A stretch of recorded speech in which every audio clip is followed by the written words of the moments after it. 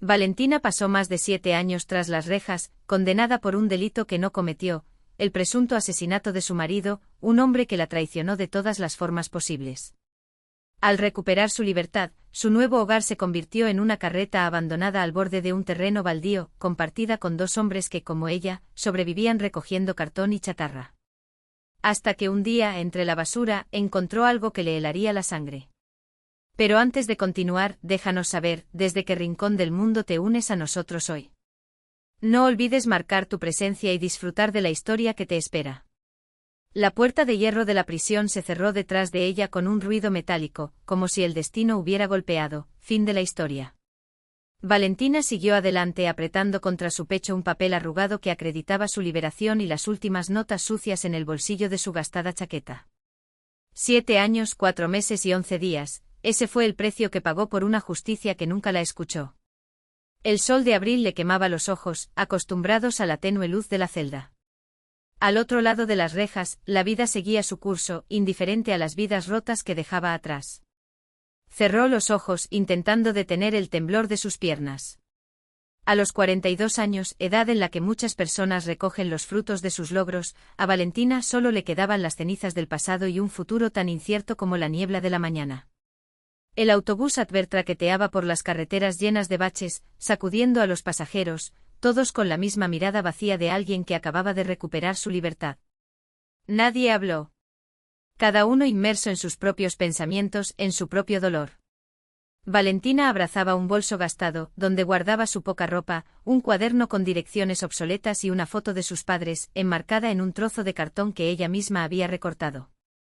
Solo en el tren entre Moscú y Tver escuchó por primera vez en años el agudo timbre de un teléfono móvil. Una mujer joven en el compartimiento de al lado estaba charlando con un amigo sobre motocicletas nuevas y tarjetas de crédito. Para Valentina, esas palabras sonaron como un idioma extranjero. Era un mundo que había seguido adelante sin ella, desde aquel fatídico año de 1997. La estación Kazansky la recibió con un torbellino de gente y el cálido olor a pan recién horneado que salía de los puestos del vestíbulo. Moscú estaba irreconocible. Lámparas con nombres ingleses brillaban en cada esquina. La gente vestía colores vibrantes, hablaba en voz alta y gesticulaba. En los pasillos, hombres con el pelo alisado hablaban rápidamente por teléfono, sosteniendo dispositivos que cabían en la palma de su mano, algo impensable en el momento en que fue arrestada. Su primer destino fue el registro civil para intentar recuperar el documento. Después de 2 horas de perderse entre calles con nombres nuevos y estaciones de metro que no existían en su memoria, encontró una línea que se extendía por media cuadra. Todos llevaban maletines llenos de papeles, como si estuvieran a punto de pasar una prueba de resistencia burocrática. Cuando finalmente llegó su turno, la empleada ni siquiera levantó la vista de su papeleo siguiente. Valentina entregó el certificado de liberación y el recibo provisional. Días laborables para la expedición del nuevo documento de identidad. Tasa, 200 rublos. Y se necesita una declaración de residencia, 2 fotografías de 3x4. ¿Pero cómo puedo obtener esta prueba sin el documento?, preguntó desesperada. La mujer finalmente la miró con un cansancio que solo podría tener alguien que lidia con cientos de casos iguales todos los días. Ese es su problema. Sin documentos no podemos avanzar. El siguiente. Sentada en un banco de la plaza, Valentina sacó del bolsillo la dirección de la casa donde creció, más allá del río Moscova, en el callejón Klementovsky, número 17. Allí estaban los recuerdos de su infancia, el olor de los pañuelos de encaje de su abuela, las paredes que hacían eco de las risas de sus padres. El trolebús la dejó cerca del lugar que alguna vez fue su refugio. El barrio se transformó, las fachadas de los edificios antiguos recibieron nuevas capas de yeso, los coches importados ocuparon los espacios donde solía estar el antiguo, y los niños con abrigos de colores jugaban en las aceras. En el lugar donde estaba la sala de su casa, ahora colgaban cortinas de gasa con bordados dorados. Presionó el botón del intercomunicador.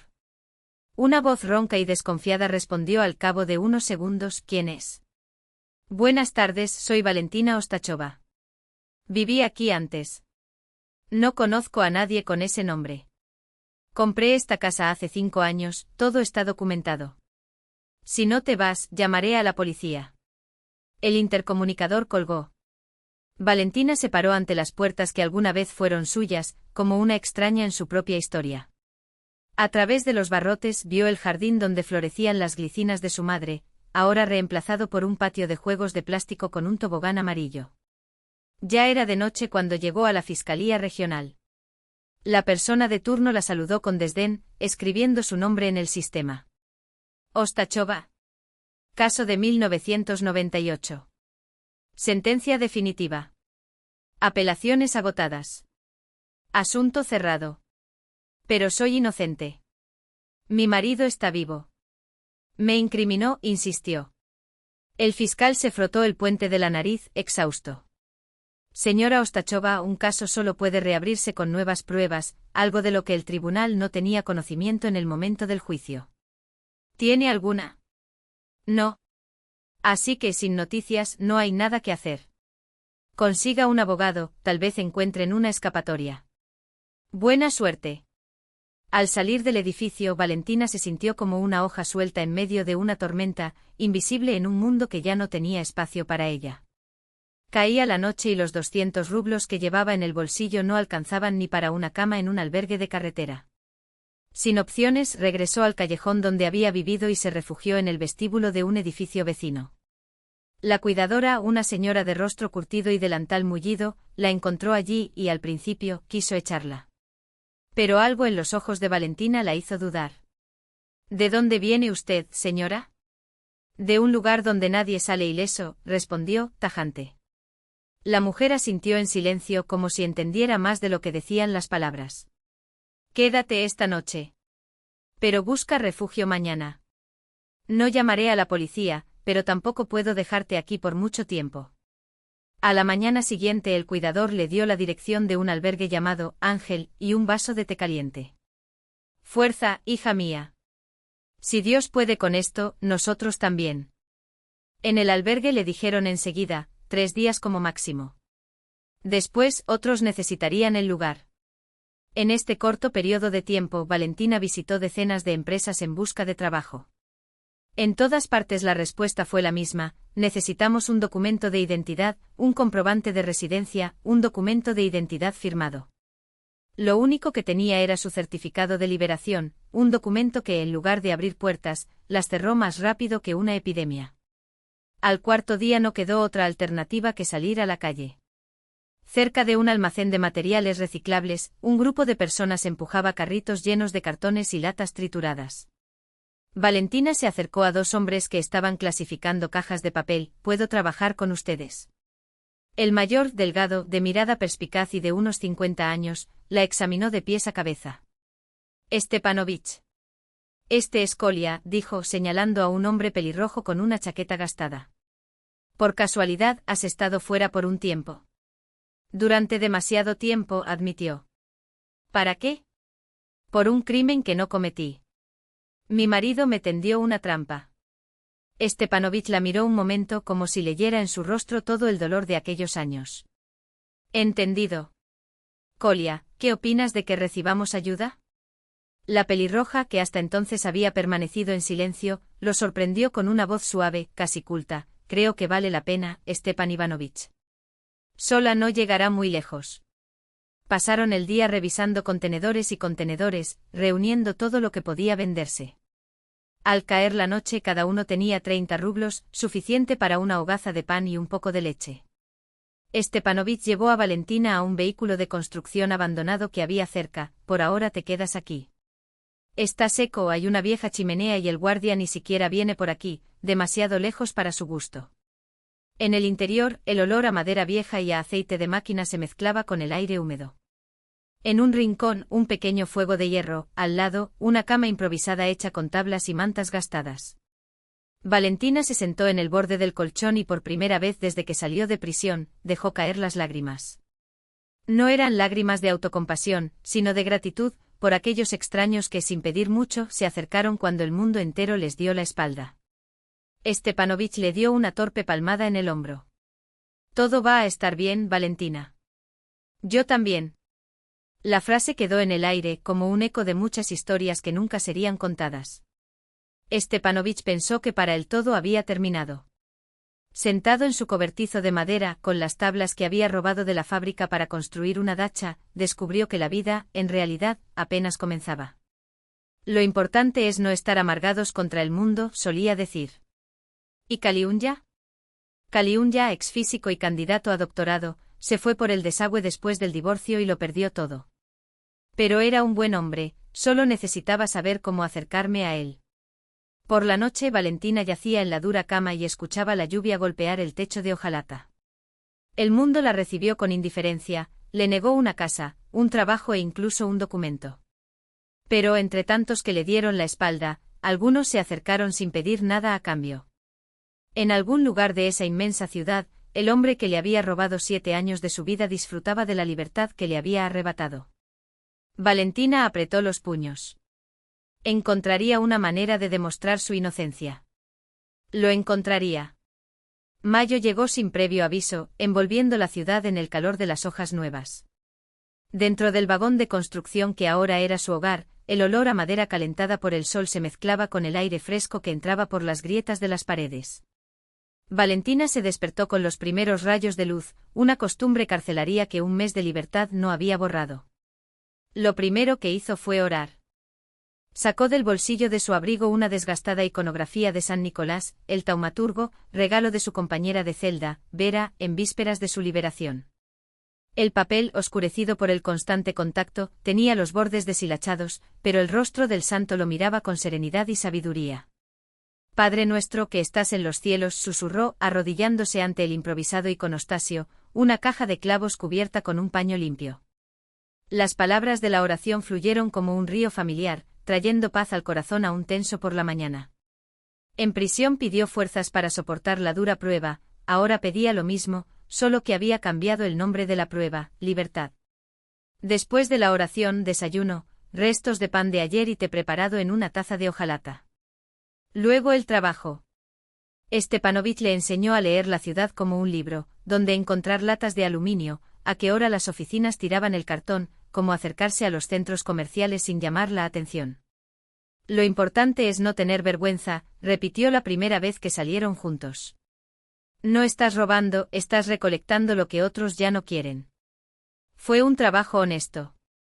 En un mes Valentina aprendió a distinguir los tipos de metal por su peso, a evaluar la calidad del cartón al tacto y a regatear con los receptores de chatarra. Los ingresos oscilan entre 30 y 50 rublos al día, suficiente para pan, leche y cereales. A veces alcanzaba para un trozo de queso o una manzana. Kaliunya resultó ser una compañera inesperada.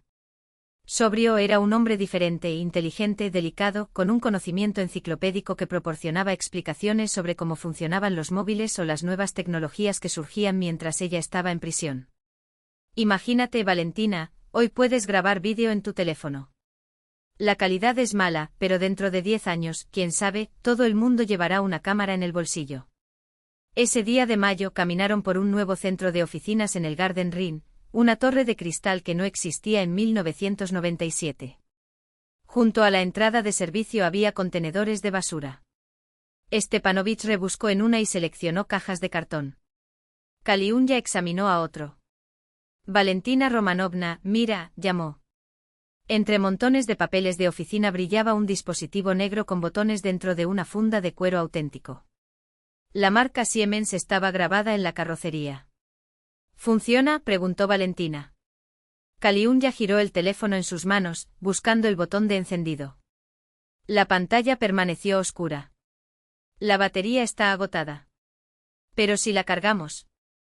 Stepanovich se rascó pensativamente la nuca. En el claro, en la antigua central térmica, vi un cable que parecía un cargador de teléfono móvil.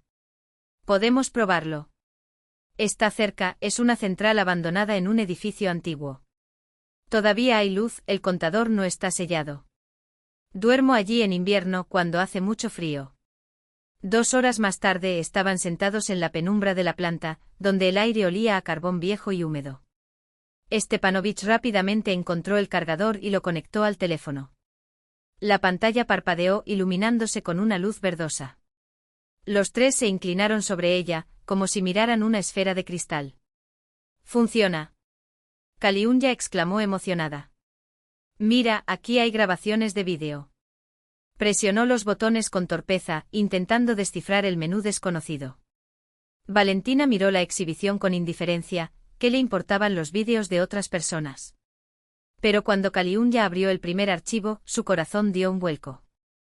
En la pequeña pantalla apareció un rostro familiar, Mikhail, su marido, el hombre al que supuestamente había matado, vivo, sonriendo, abrazando a una rubia alta envuelta en un costoso abrigo de piel.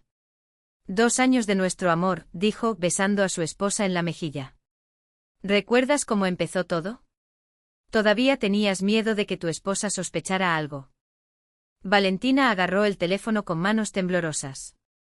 En la esquina de la pantalla brillaba la fecha, 15 de marzo de 2004. Hace un mes. Al fondo reconoció la fachada del Hotel Metropol con sus características columnas. Valentina, ¿qué pasa?, preguntó alarmado Stepanovich. Ella no pudo responder. Su garganta ardía como si hubiera tragado brasas. Mijaíl estaba vivo. Vivo y sano, celebrando un aniversario con su amante, mientras ella cumplía 6 años de prisión por un delito que nunca cometió. Ese es mi marido, susurró con la voz quebrada. Me condenaron por matarlo, pero él. Kaliunya palideció y la borrachera desapareció de inmediato. Dios mío, ¿entonces él la incriminó? Valentina lloró sin importarle las lágrimas. Él preparó todo, desapareció y yo siempre dije que era inocente, pero nadie me creyó. Stepanovich la abrazó silenciosamente por los hombros. Permanecieron así un minuto, escuchando el lejano goteo del agua en las paredes. Esto es una prueba, dijo Kaliunya en voz baja. Fecha, ubicación, su rostro. Si está vivo, no hubo asesinato. ¿Pero lo creerán en los tribunales? Valentina se secó las lágrimas con el dorso de la mano. Pueden decir que el vídeo es falso. No, respondió Kaliunya, estudiando la pantalla cuidadosamente. Mira, además de la fecha, tiene geolocalización. Coordenadas GPS, la ubicación exacta de la grabación. En 2004, eso no se podía falsificar. Y la calidad es muy mala para un montaje. ¿Por qué alguien iba a falsificar un vídeo casero como ese? Valentina volvió a mirar la pantalla. Mikhail se rió y le contó a la rubia alguna historia. La misma voz, los mismos gestos, el mismo lunar cerca de la oreja izquierda. Simplemente parecía más joven y feliz que la última noche que pasaron juntos. ¿Sabes algo? Stepanovich se levantó y empezó a pasear por la planta abandonada. Esto no es una coincidencia. Es una señal. Dios no da al hombre pruebas más allá de sus fuerzas. Si os ha enviado esta prueba, es porque ha llegado el momento de restaurar la justicia. ¿Pero cómo? Valentina se sentía como un grano de arena frente a una montaña. ¿Quién va a escucharme? Soy un expresidiario y seguramente él ya tiene nuevos documentos y una nueva vida. Tenemos que ir a la fiscalía, decidió Kaliunya con firmeza. Toma ese teléfono. Que vean la fecha, el lugar de la grabación. Es una prueba irrefutable. Estoy de acuerdo, apoyó Stepanovich. Pero con cuidado. Necesitamos conservar el teléfono, copiar el vídeo, encontrar testigos del descubrimiento. Confirmo que lo encontramos juntos en la basura. Y yo también, añadió Kaliunya. Más que eso, puedo explicarte el aspecto técnico, cómo funciona la grabación de la fecha, porque no puedes cambiar el vídeo más tarde. Valentina volvió a mirar la iconografía de San Nicolás, que todavía tenía en la mano. El santo patrón de los inocentes condenados. El rostro sereno de San Nicolás, impreso en el papel barato de la iconografía, parecía mirarla con una calma alentadora. Las líneas simples pero dignas transmitieron un mensaje silencioso: no estás solo. Valentina cerró los ojos por un momento y susurró como si el santo pudiera oírla: Padre nuestro, que estás en los cielos. Las palabras salieron automáticamente como un reflejo infantil, pero tenían un peso nuevo. Gracias por esta señal. Dame fuerzas para llegar al final. Esa noche, dentro de la improvisada carreta que les servía de refugio, volvieron a revisar todos los vídeos por teléfono. Además de la grabación cerca del metro, hubo otras escenas: Mikhail en compañía de la misma mujer, en un restaurante con luces amarillentas, en un apartamento con cortinas pesadas, en una dacha de madera oscura. Todas las imágenes tenían fechas claras, marcando los años 2003 y 2004, una vida paralela que llevó mientras Valentina se pudría tras las rejas, acusada de un crimen que no cometió. ¿Vas mañana a la fiscalía?, preguntó Stepanovich ajustándose las gafas a su nariz aguileña. Su voz era tranquila, pero sus ojos revelaban preocupación genuina.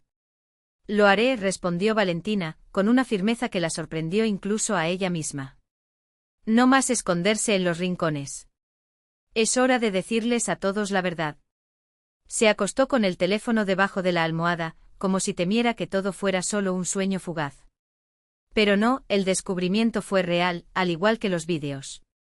Por primera vez en 6 años, una esperanza concreta floreció en su pecho, tan vívida como dolorosa. Afuera los árboles crujían entre sí, mecidos por el viento de la noche, mientras el ruido lejano de la ciudad parecía un murmullo de aliento. Valentina cerró los ojos y en silencio agradeció a Dios, o al destino, o a esa fuerza misteriosa que guía los pasos humanos por caminos inesperados hacia la verdad. Mañana comienza una nueva vida, pensó. Una vida en la que lucharía no solo por la libertad, sino por el derecho a recuperar su nombre, su dignidad, todo lo que le habían robado.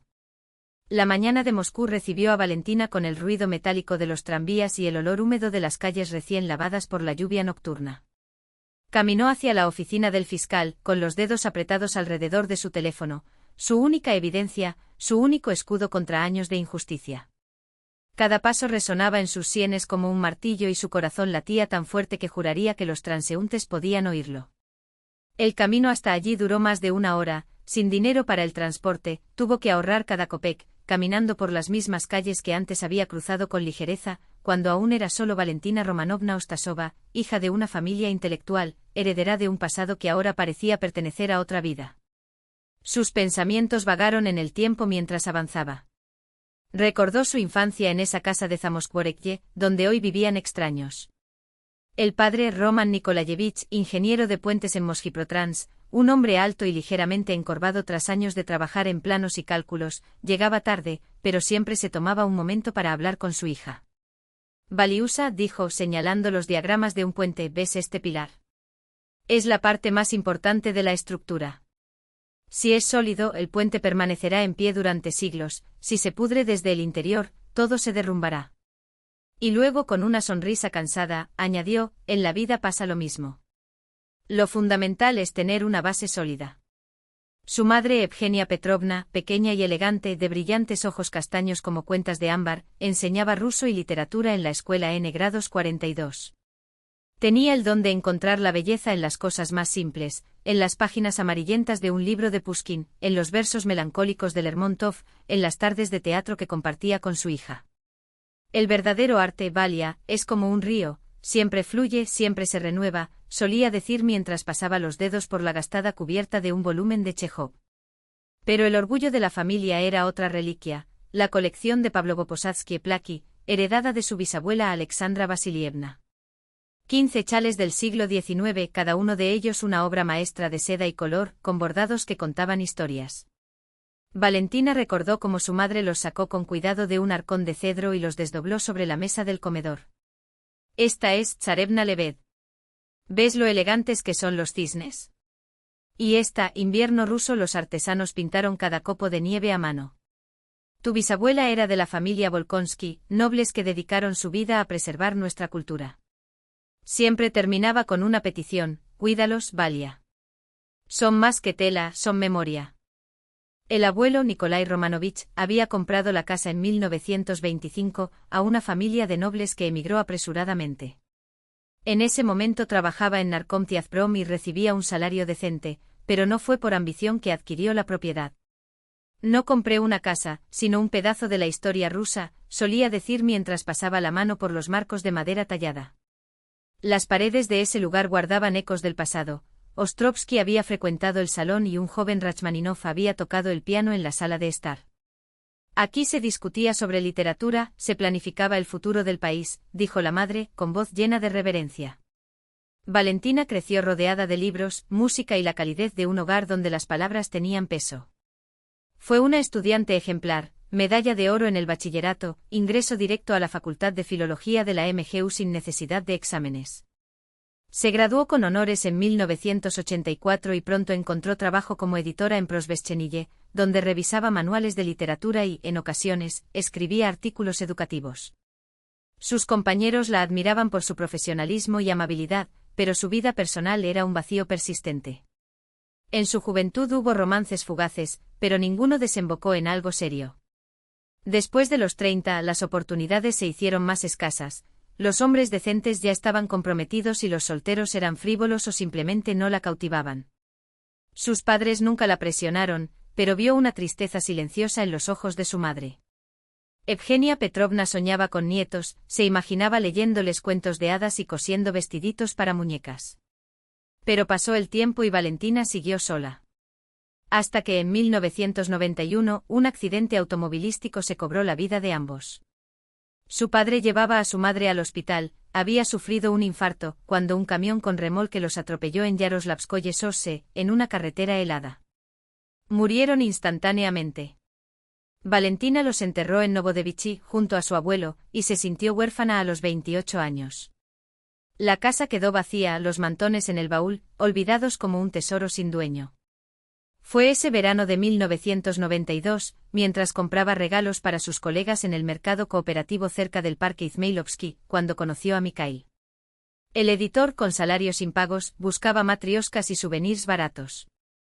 Estaba parado frente a una exhibición de artesanías, un hombre bien vestido de 34 años, eligiendo cucharas coploma. «Necesito piezas auténticas», le oí decirle al vendedor. «Mis socios alemanes son exigentes, no aceptan imitaciones». El hombre sacudió la cabeza a modo de disculpa y Mikhail suspiró, preparándose para irse. Valentina se acercó antes de que pudiera pensarlo dos veces. «Lo siento, lo escuché», dijo, sorprendiéndose a sí misma. «¿Buscas arte ruso genuino?» Se dio la vuelta, sonriendo ampliamente, casi contagiosamente. «Sí, pero aquí es difícil encontrar algo de calidad». «Soy Mijail Berestov». Extendió la mano. «¿Y sabes de antigüedades?» «Valentina Ostasova». «Un poco.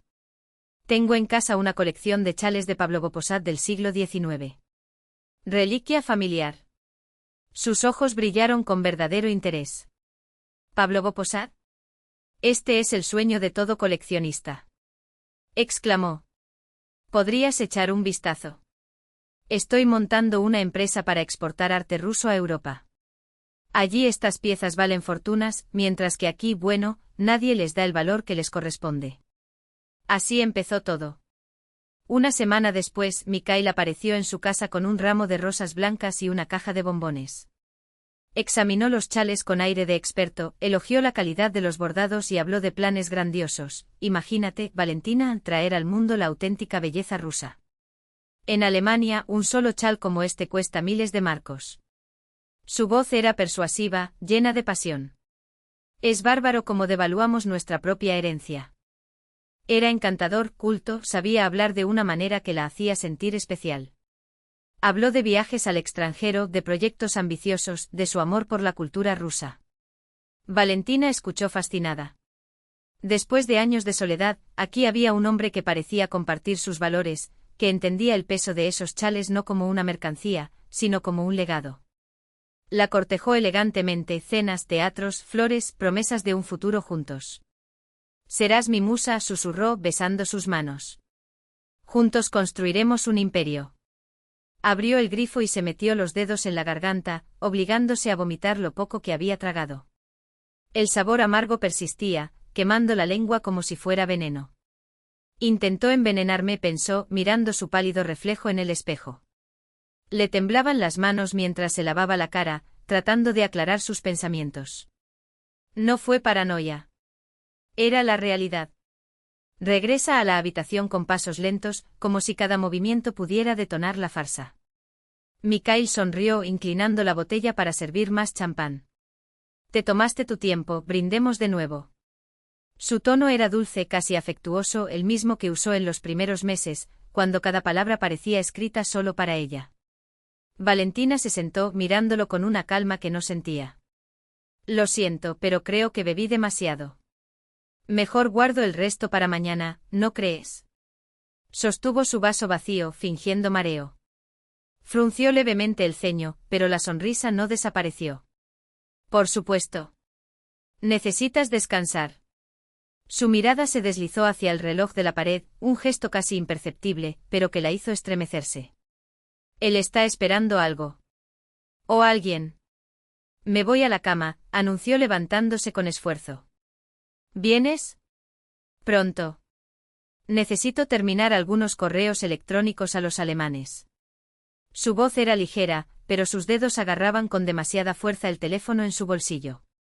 Valentina cerró la puerta del dormitorio con cuidado, como si cualquier ruido pudiera acelerar el plan que ahora veía con aterradora claridad. Se encerró y empujó la cómoda contra la entrada. Necesito pruebas.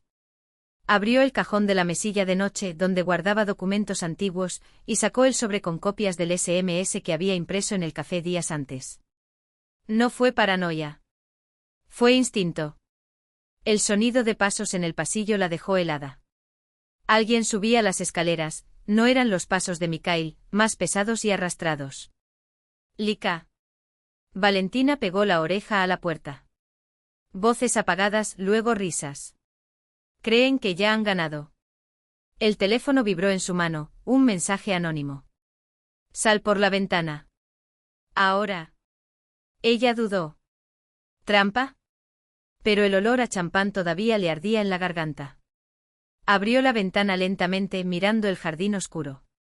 Una escalera de incendios conducía al césped, casi oculto por las enredaderas. ¿Cuándo instaló esto? La respuesta fue un duro golpe, para la otra mujer. Para cuando ya no estuviera aquí. Bajó escalón a escalón, sus pies descalzos se congelaron sobre el metal. Cuando tocó el suelo, corrió hacia la puerta trasera, donde lo esperaba un auto negro con el motor en marcha. La puerta trasera se abrió. Entra, Valentina Romanovna. Rápido. Era la voz de Igor, el conductor que Mikhail había despedido meses atrás. Me pagó para que te llevara al aeropuerto. Pero conozco un lugar mejor. ¿Dónde? En la comisaría. Ellos ya lo saben todo. Valentina miró la casa luminosa, donde las siluetas de Mikhail y Lee se movían detrás de las cortinas. Están celebrando. La ira ardía más que el miedo. No. Primero quiero que vean mi cara cuando la policía toque a la puerta. Valentina sintió que se le revolvía el estómago. Se obligó a vomitar y luego se enjuagó la boca durante largos minutos, como si también pudiera eliminar el miedo que la consumía. Su corazón latía salvajemente contra sus costillas, señal de que había llegado el momento. Hoy intentaría matarla. Regresó a la sala con pasos lentos, como si cada movimiento pesara una tonelada. Mikhail estaba junto a la ventana, hablando por teléfono en voz baja, casi en un susurro. Sí, todo según lo planeado. En media hora. No, ella no sospecha nada. Cuando la vio cortó bruscamente la llamada, con un gesto demasiado rápido para resultar natural. Eran los socios, explicó ajustando su tono a algo entre casual e impaciente. Detalles del contrato, eso es todo. Valentina se sentó en el sofá, fingiendo un repentino mareo. Presión arterial baja, tal vez. O el champán. Me siento mal, murmuró llevándose la mano a la frente. Debe ser el vino espumoso. Acuéstate un rato, dijo Mikhail, con una preocupación que le sonó falsa incluso a él mismo. Se acabó. Cerró los ojos simulando un desmayo. Escuchó sus pasos acercándose, el olor de su costoso perfume mezclado con algo metálico. Cuando abrió las pestañas lo suficiente para ver, vio el frío brillo de una hoja entre sus dedos, un cuchillo de cocina, lo suficientemente afilado como para cortar no solo el aire, sino una vida. Adiós, susurró, tan bajo que sonó como una oración. Nada personal. En el último segundo, Valentina echó su cuerpo hacia atrás con un movimiento brusco. La hoja le atravesó el antebrazo, dejando un profundo surco de dolor y sangre caliente. Mikhail perdió el equilibrio, tropezó con la mesa de café y cayó con un ruido sordo. Ella no esperó a ver si él se levantaba. Corrió hacia la puerta como si el mismo infierno la persiguiera, sus gritos ahogados por la adrenalina que corría por sus venas. Lo que vino después fue una pesadilla en cámara lenta. La policía llegó con sirenas cortando la noche. Investigadores con trajes arrugados, vecinos mirando desde detrás de las cortinas, flashes de cámaras que cegaban como cuchillos. Alguien declaró que la habían visto salir corriendo de la casa con una manga ensangrentada. En el interior encontraron su cuchillo con sus huellas dactilares y manchas de sangre. Mikhail, sin embargo, había desaparecido. Su madre, Nina Sergeyevna, lloró histérica ante los agentes, jurando que su hijo la había llamado horas antes, desesperado. «Es agresiva, mamá. No sé qué hacer. Tengo miedo de que me vaya a matar». Surgieron testigos que afirmaron haber escuchado peleas violentas entre la pareja. Un hombre juró haber visto a Valentina amenazar a Mikhail con su propio cuchillo días antes. Un forense encontró signos de lucha en la habitación, muebles desordenados, un jarrón roto. Pero de Mikhail, ni siquiera una sombra. Un mes después sacaron un cuerpo de las turbias aguas del río Moscú. Un hombre indocumentado con el rostro desfigurado hasta quedar irreconocible y los dedos hinchados por la descomposición. El examen forense concluyó que podría tratarse de Mikhail Berestov. Los periódicos decían, la esposa asesina evade la justicia durante años hasta que finalmente es desenmascarada. Solo ahora Valentina comprendió la ingeniería detrás de esa trampa. Seguramente el cuerpo había sido sacado de una morgue. Testigos comprados con dinero sucio. En los años 90, sobornar a un experto o a un delegado era tan sencillo como firmar un cheque. Ella, ingenua, había caído como una polilla ante las llamas. Mikhail conocía su psicología mejor que ella misma. Sabía que ella nunca podría lastimar a nadie, que creería en el amor hasta su último aliento. La víctima perfecta para el crimen perfecto. Ahora, de pie frente a la fiscalía, Valentina apretaba el teléfono en su bolsillo como si fuera un arma. En su interior, una grabación ardía más que brasas. Era hora de comenzar una batalla que podría ser la última. Los pasillos olían a pintura barata y a papel amarillento por el tiempo. Se sentó en un duro banco de madera, con los dedos fríos alrededor del dispositivo, mientras su corazón latía tan fuerte que juró que todos lo habían oído. Hasta que una voz cansada resonó. Valentina Romanovna Ostachova. En la mesa, un hombre de pelo gris en las sienes y ojos grises, atentos como los de un lobo evaluando a su presa. La placa que llevaba en el pecho anunciaba, Vasily Andreevich Sergachev, investigador principal. Siéntate, dijo, señalando la silla frente a él. El fiscal de turno me entregó su solicitud. Caso de 1998 sobre el presunto asesinato de su marido. Cruzó los dedos sobre la mesa, su tono seco como un veredicto. Seré honesto, solo reabrimos casos con sentencias firmes si hay nuevas pruebas. Y sustancial. Valentina sacó su teléfono del bolsillo y lo colocó sobre la mesa, entre los dos, como una oferta o un desafío. Tengo pruebas. Su voz no tembló. Un vídeo. Grabado en marzo de este año. En él está mi marido, el hombre al que supuestamente maté hace 7 años. Sergachev emitió un sonido entre un gruñido y una risa incrédula. Ciudadano Ostachova, comprendo su deseo de exculparse, pero el tribunal no es una broma. Sacudió la cabeza, como si ya hubiera escuchado esa historia 1000 veces. ¿Cuántos intentos ha habido de anular la sentencia con documentos reveladores? Solo mira, insistió ella, empujando el dispositivo hacia él. El investigador dudó, pero finalmente descolgó el teléfono. Cuando presioné play, el rostro de Mikhail apareció en la pantalla, vivo, sonriendo, abrazando a una rubia cerca de la entrada del Metropol. Sergachev frunció el ceño. Reprodujo el vídeo 2 veces más, examinando la fecha en la esquina inferior con los ojos cada vez más entrecerrados. ¿De dónde sacaste eso? En un contenedor de basura. Valentina no parpadeó. Tengo testigos, 2 hombres que me ayudaron a recoger cartón ese día. ¿Pueden confirmarlo? Sergachev se reclinó en su silla y se frotó el puente de la nariz. El escepticismo en sus ojos había sido reemplazado por algo más agudo, la curiosidad profesional de alguien que huele una falla en el sistema. Eso no es suficiente. Su voz era baja, casi un susurro. Los vídeos se pueden editar. Fechas falsificadas. Entonces haz un examen. Ella no cedió ni un centímetro. Estoy dispuesto a hacer cualquier prueba. El silencio que siguió fue lo suficientemente largo como para que Valentina pudiera contar los latidos de su corazón. Hasta que Sergachev inesperadamente preguntó. Háblame de tu marido. ¿Cómo se llamaba? ¿Dónde trabajaste? ¿Qué ropa usaste?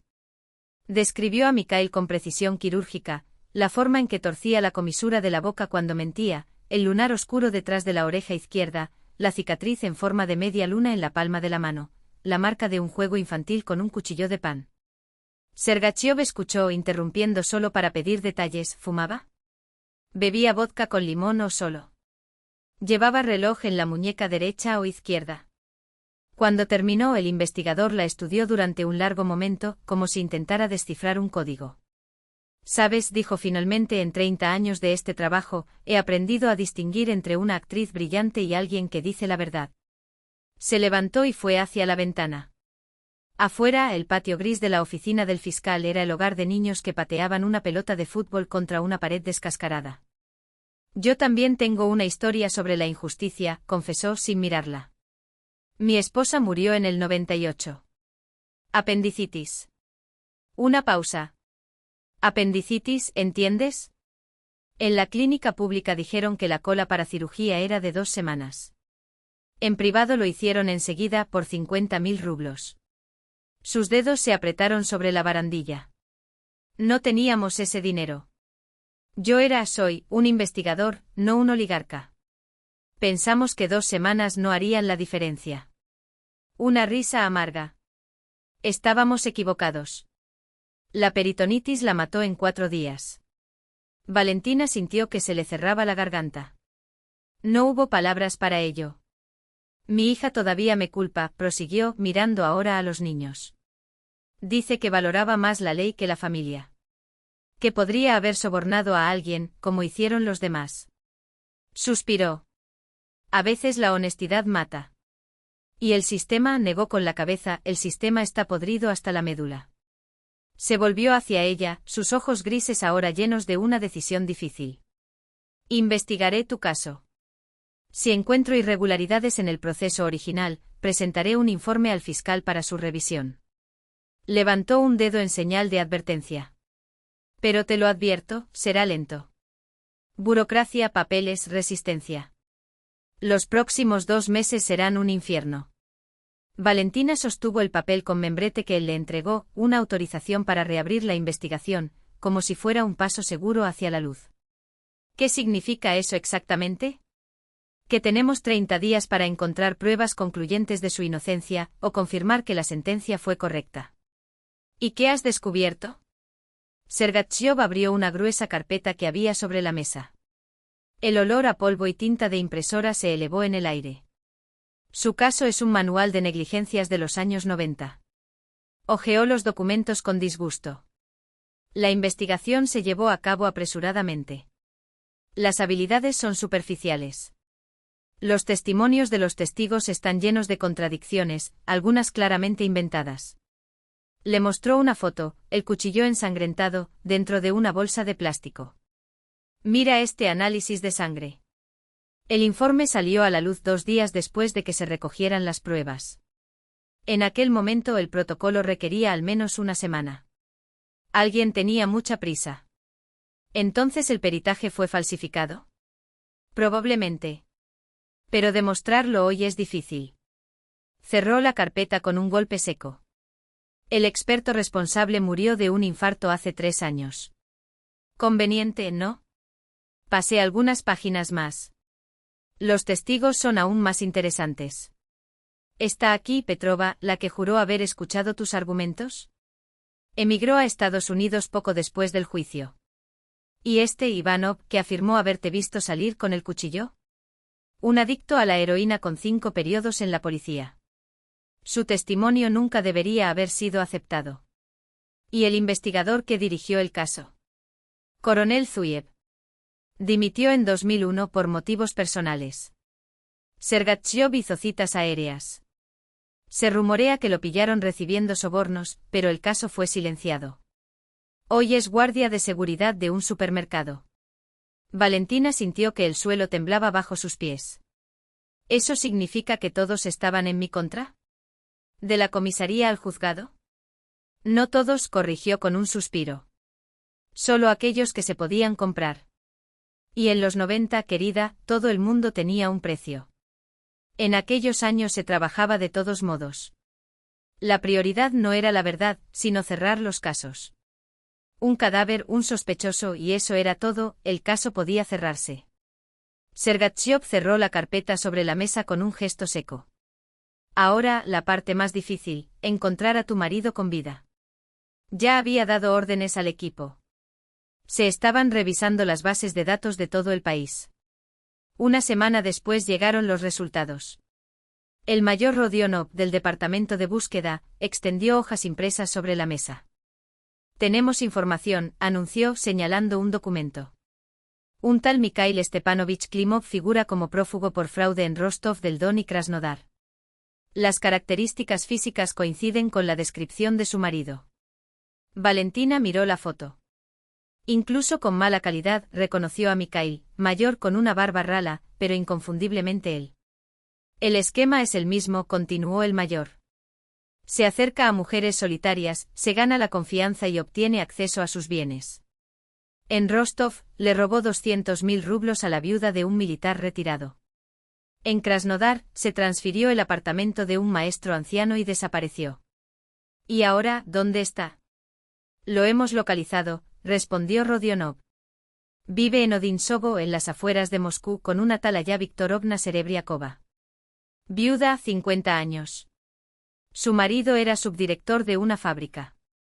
Casa, coche, ahorros, todo lo que le gusta. Sergachev examinó los documentos con atención. ¿Con qué apellido vives? Berestov. Al parecer el pasaporte es falso. Entendido, murmuró el investigador cruzándose de brazos. En otras palabras, nunca abandonó por completo la misma historia. Sergachev, pensativo, se rascó la sien. Tenemos que actuar con cuidado. Si vuelve a desaparecer, será difícil encontrarlo. ¿Qué sugieres? Preguntó Rodionov. Vigilancia. Reunimos pruebas de sus actividades actuales y lo atrapamos con las manos en la masa. Al mismo tiempo, realizaremos un examen del vídeo. Necesitamos confirmar oficialmente que no es un montaje. Valentina escuchó a los dos profesionales planear la operación para capturar al hombre que había destrozado su vida. Por primera vez en años, sintió que la justicia realmente podría ser posible. ¿Cuánto tiempo tardará? 2-3 meses, respondió Sergachev. No podemos apresurarnos. Todo debe hacerse dentro de la ley, para que luego no haya lagunas. ¿Y si se escapa? No huirá, dijo el investigador con una sonrisa amarga. Se considera intocable. Valentina Ostachova está en prisión, el caso está cerrado, él cree que podrá vivir en paz. Los delincuentes como él rara vez cambian de táctica. ¿Para qué cambiar si el antiguo siempre funciona?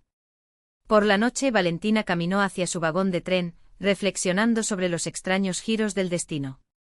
Un mes antes, ella no era nadie, una exconvicta indocumentada sin medios para sobrevivir. Ahora, la maquinaria del Estado empezó a trabajar a su favor. Pero sobre todo, había encontrado a alguien que creía en ella. Vasily Andreyevich también fue víctima de los fallos del sistema, había perdido a su esposa a causa de la burocracia y la indiferencia. Quizás por eso vio en su relato un reflejo de su propio dolor. En el interior del carruaje la esperaban Stepanik y Kaliunia con la cena, patatas y carne en conserva. Entonces, ¿cómo te fue en la fiscalía? Preguntó Stepanich. Iniciaron la investigación. El investigador parece ser un hombre decente. Eso es bueno, sonrió Kaliunia. Significa que la verdad triunfará. La verdad triunfa lentamente, corrigió Valentina, recogiendo una pequeña iconografía de San Nicolás. Pero triunfa. Ella le agradeció en silencio por la ayuda inesperada. El camino hacia la justicia fue largo y tortuoso, pero por primera vez no tenía dudas de que llegaría a su fin. Al verla entrar a la sala de investigación, Mikhail palideció. Los ojos apartaron la mirada como si se hubieran encontrado con un fantasma. Ya no era la mujer destrozada que él había dejado atrás, era Valentina Romanovna Ostasova, de vuelta a su esencia. El traje prestado por Galina se ajustaba perfectamente a su cuerpo, los zapatos de tacón bajo daban paso firme y hasta el lápiz labial, elegido con mimo, resaltaba la determinación de su rostro. Ya no era una ex convicta. Era una mujer que había regresado para reclamar lo que le habían robado. ¿Reconoces a este hombre? Preguntó Sergachov, señalando a Mikhail con un gesto seco. Sí, respondió Valentina, sin dudarlo. Este es mi exmarido Mikhail Korneev, que después de nuestro matrimonio adoptó el apellido Berestov. Mi cliente no está obligado a responder, intervino el abogado, un joven de mirada arrogante que se ajustaba las gafas con impaciencia. Déjalo hablar, Mikhail sorprendió a todos, levantando la cabeza por primera vez. Su rostro estaba marcado por años de tensión, y en sus ojos, antes llenos de ambición, ahora solo había cansancio. Basta de silencio. Respiró hondo como si hubiera estado cargando un peso durante demasiado tiempo. Sí, soy yo. Mikhail Korneev. Fingí mi propia muerte en 1997. El abogado se retorció en su silla, intentando interrumpir, pero Mikhail apartó la mano. ¿Por qué? Sergachov se cruzó de brazos y lo estudió con frialdad profesional.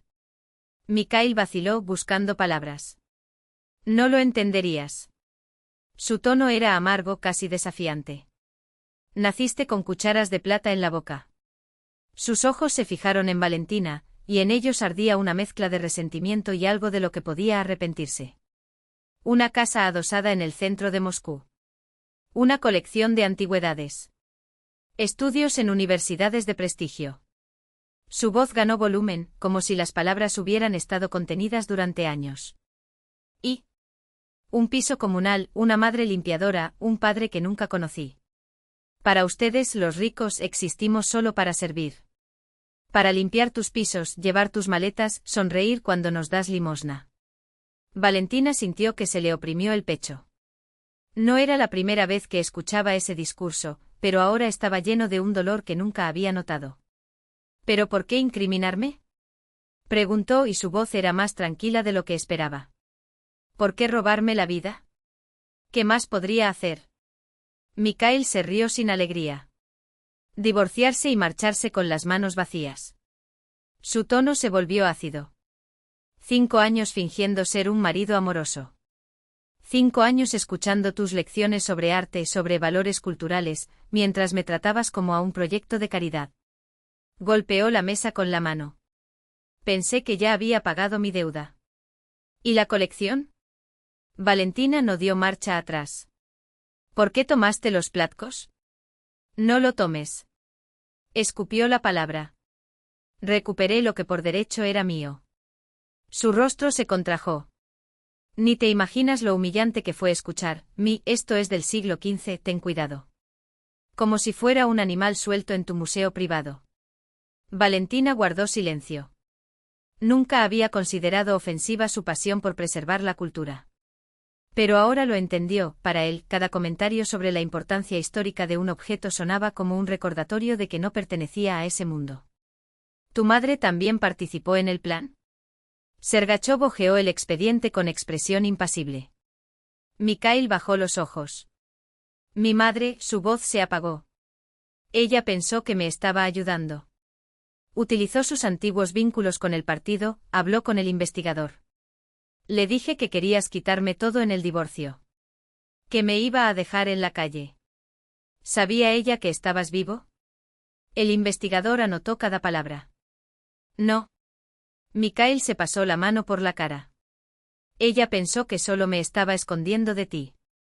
Mi madre es una mujer sencilla. No entiende de leyes, solo entiende el amor de madre.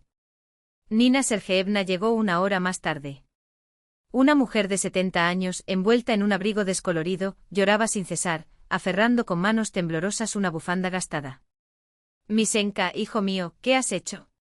Sus palabras fueron ahogadas por sollozos. Solo quería que vivieran como personas decentes. ¿Sabías que tu hijo fingió su propia muerte? Sergachov mantuvo su tono neutral, pero sus ojos revelaban lástima. No. Nina Sergeevna meneó la cabeza mientras las lágrimas corrían. Dijo que su esposa quería sacarlo de la casa, dejarlo sin nada. Yo solo, se le quebró la voz, en mi época, el divorcio era algo feo. Peleábamos por lo que era nuestro. ¿Y qué debería hacer exactamente el investigador Zuev? Insistió Sergachov. No sé. Se secó los ojos de dolor. Mikhail dijo que arreglara los papeles correctamente para que la casa se quedara con él. Pensé que era genial. Vasily Andreyevich contemplaba la escena con profunda tristeza. La ceguera del amor maternal la había llevado a ser cómplice de un crimen sin siquiera darse cuenta. Nina Sergeevna miró a Valentina con terror en los ojos, como si recién ahora comprendiera la magnitud de lo que había hecho. Perdóname, susurró, las palabras apenas audibles. No quería. Pensé que mi hijo tenía razón. Valentina sintió algo inesperado, no era ira, sino un dolor sordo, como si viera ante ella el retrato de un amor que, por ciego, se había vuelto destructivo.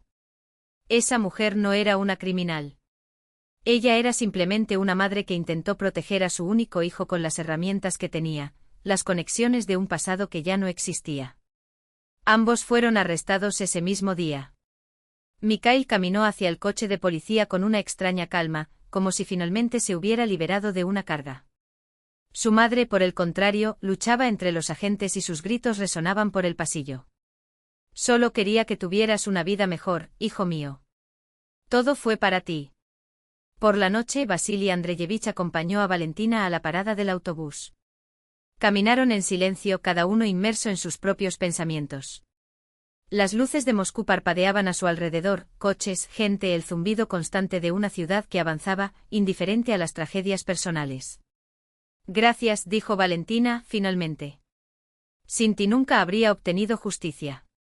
Es mi trabajo, respondió, pero había algo más en su voz.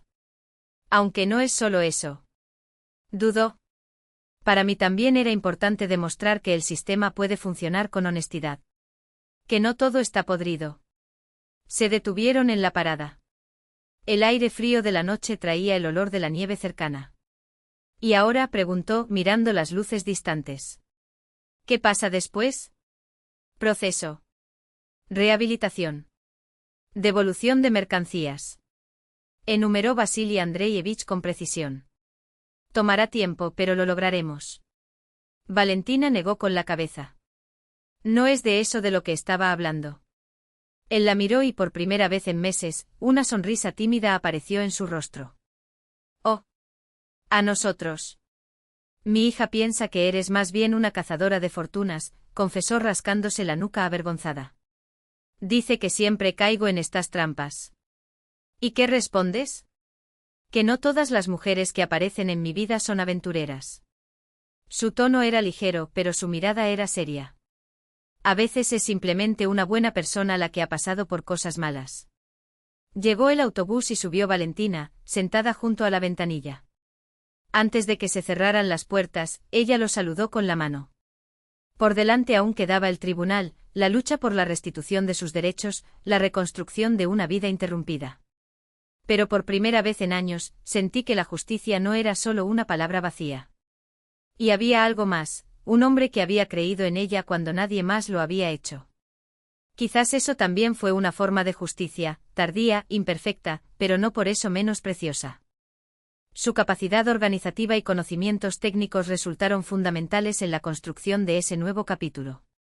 La relación con Vasily Andreyevich se desarrolló sin prisas, con la madurez de quien ha vivido lo suficiente para valorar cada paso. Se reunían en teatros, discutían sobre literatura, compartían reflexiones sobre su trabajo. Pero no todo fue armonía desde el principio. Su hija, Ekaterina, o simplemente Katia, entonces de 17 años, recibió a Valentina con una calculada frialdad. «Papá, ¿esta niña vino aquí otra vez?», preguntó la adolescente cruzándose de brazos con aire de desdén. «No tiene dinero. Se te pega». «Katia, no digas tonterías», respondió el padre, con la paciencia de quien conoce bien el temperamento de su hija. «Valentina Romanovna es una buena persona». «¿Oh sí?». «Una buena persona», la chica resopló poniendo los ojos en blanco. «Conozco bien este tipo de buenos». Valentina no se inmutó. No forzó la intimidad, no intentó ocupar un lugar que no fuera el suyo. Se limitaba a estar presente cuando Katia necesitaba ayuda con sus estudios o consejos femeninos, discretos pero firmes. El hielo se fue derritiendo poco a poco, gota a gota, hasta que el verano de 2006 trajo consigo no solo calor, sino también una sencilla ceremonia en la oficina de registro de Zax entre amigos cercanos. Katia asistió vestida de blanco y por primera vez su sonrisa hacia Valentina fue espontánea, sin sombras. Papá está feliz, murmuró después de la ceremonia, viendo a su padre abrazar a su nueva esposa. Hacía mucho tiempo que no lo veía así. Decidieron vivir en la mansión. El apartamento de Vasili Andreevich, aunque acogedor, era demasiado pequeño para los planes que ahora estaban haciendo juntos. Un mes después de la boda, Valentina conoció a Daria. Fue en un orfanato de Makarenko, donde la habían llamado para restaurar viejos carteles destinados al museo de la institución. En un rincón de la sala de lectura, una niña de 5 años hojeaba un libro ilustrado, sus pequeños dedos deslizándose sobre las páginas con un cuidado casi reverente. «Qué bonitos chales», comentó Daria, señalando las fotos de piezas pavloposaskianas en el álbum que llevaba Valentina. «¿Te gusta?». Se agachó a su lado, observando los ojos marrones del niño brillar con curiosidad. «Me gusta. Pero yo no tengo ninguno así». De hecho, bajó la cabeza, jugando con el dobladillo de su desgastado vestido. «No tengo nada». El corazón de Valentina se hundió. Daria cojeaba, como resultado de un accidente automovilístico que le había robado a sus padres. Los médicos aseguraron que con cirugía y rehabilitación, pudo recuperar gran parte de su movilidad, pero el proceso fue costoso y llevó mucho tiempo. «¿Quieres que te regale un chal?», ofreció Valentina, sin pensarlo 2 veces. «¿En verdad?». Los ojos de la niña se abrieron con incredulidad. «Por supuesto. Solo necesito hablar primero con tía Anna Petrovna», sonrió, acariciando ligeramente su cabello. El proceso de adopción se completó antes del invierno. La operación se realizó en la mejor clínica de Moscú, pagada en parte por el Estado y en parte con los recursos que habían ahorrado Valentina y Vasili. 6 meses después de fisioterapia, Daria ya corría por el jardín, o casi, cojeando solo cuando se le cansaba la pierna. Mientras tanto, el taller prosperó. Los primeros contratos importantes provinieron del Museo Histórico, una colección de velos eclesiásticos del siglo XV, tejidos tan frágiles que requerían precisión de orfebre. Valentina trabajó con lupa y pinzas, reconstruyendo hilo a hilo, devolviendo las piezas a su esplendor original. A finales de 2006 ya era posible pagar salarios dignos. Stepanovich se convirtió en maestro carpintero y se especializó en marcos para cuadros y soportes para telas restauradas. Kaliunia se hizo cargo de la administración, negoció con los clientes y preparó presupuestos. Fue entonces cuando, a principios de 2007, Valentina descubrió que estaba esperando un hijo. A sus 43 años, un embarazo tardío, pero viable con adecuado seguimiento médico. «Hay riesgos», advirtió sinceramente el obstetra, «pero la tecnología moderna permite minimizarlos. Haremos exámenes cada 2 semanas». Vasili Andreevich irradiaba felicidad. «Será un niño», dijo acariciando el vientre de su esposa. «Llamémosle Román, en honor a su padre».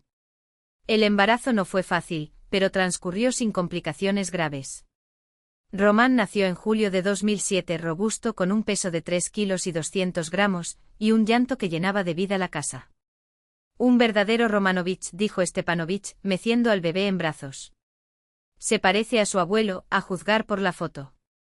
Katia, que ahora tenía 20 años, estaba más allá del orgullo. «Mamá, ¿puedo invitar a mis amigos a conocer a Ronka? Se morirán de envidia». La palabra mami sonó natural, como si siempre hubiera sido así.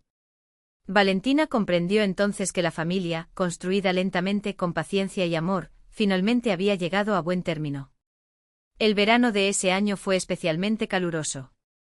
En el jardín de la mansión, bajo la sombra de un manzano centenario, los niños jugaban. Daria, ya con 10 años, construía castillos de arena, mientras Román, con sus 2 hijos, se dedicaba a destruirlos con ilusión.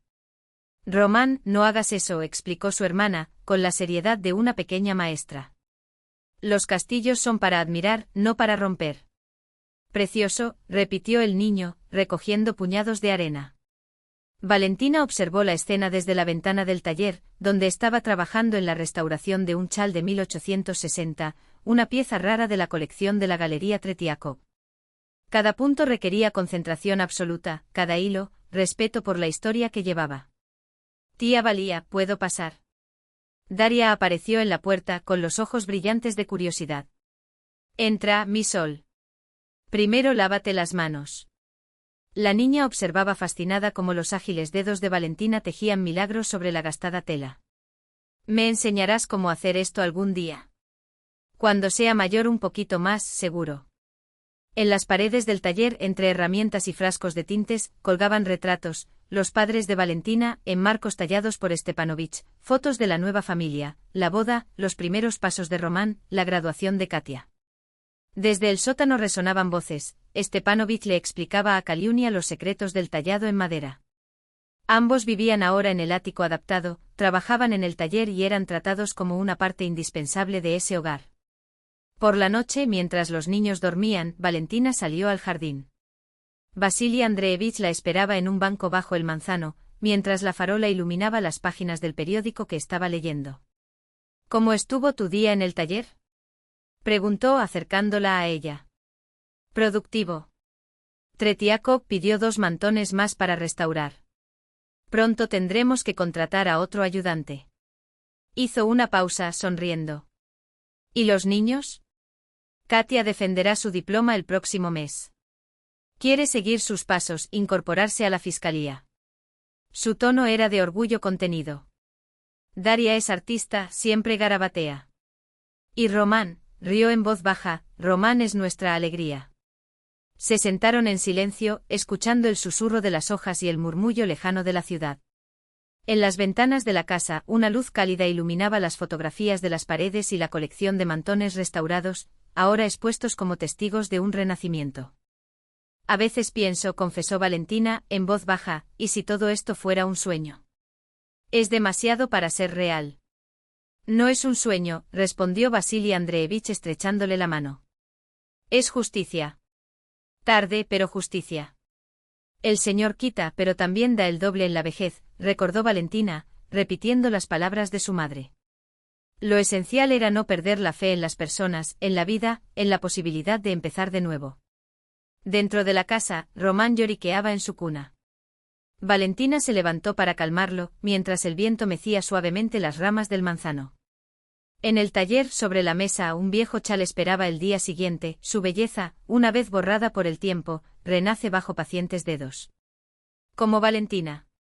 Como la familia que, contra todo pronóstico, había florecido donde antes solo había ruinas. La vida continuó. Simple. Imperfecto. Y finalmente feliz.